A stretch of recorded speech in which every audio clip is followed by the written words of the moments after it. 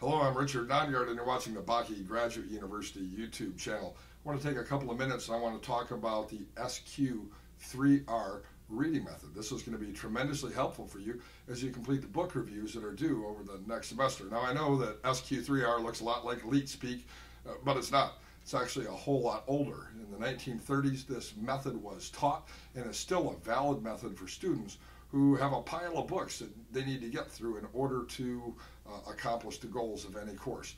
SQ3R is actually an acronym, and the first letter, S, stands for survey. So when we have a book that's due, we would take the book and we would simply survey the cover, the subtitle, and read the back. By the way, I found that by reading the back, it'll tell you an awful lot about the contents of the book. Then go over to the table of contents and just survey the table of contents, and then flip through the pages and see how has the author organized the book. Survey the subchapter headlines and see if there are any illustrations in the book, and maybe even read some of those, I can't remember what they call them, those little indentations on the side where they highlight something that's important. In other words, you're simply surveying the book. This will give you a great overview of the book. Now, the Q stands for question. When we create a questioning approach to the reading, we tend to do better. So, for example, if there's a subheading in this book on page 204, there's a subheading titled Untangling the Knot of Shame.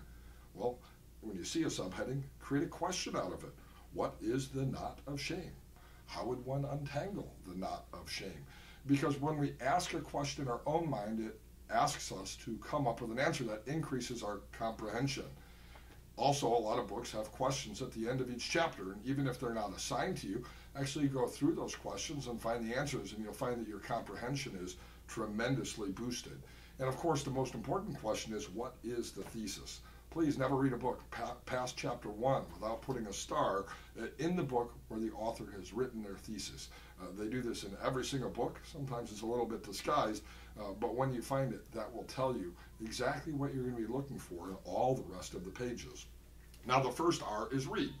Read the book after you've done the survey and after you've created some questions. Simply read through it, read all the pages of the book, and then the second element, or the second R, is recite.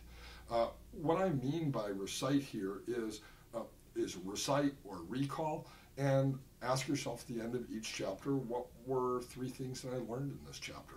And I find that by reciting those things out loud, you can actually improve your comprehension. The reason why is important. When we're reading, that's really a visual activity, and we're often creating mental images in our mind.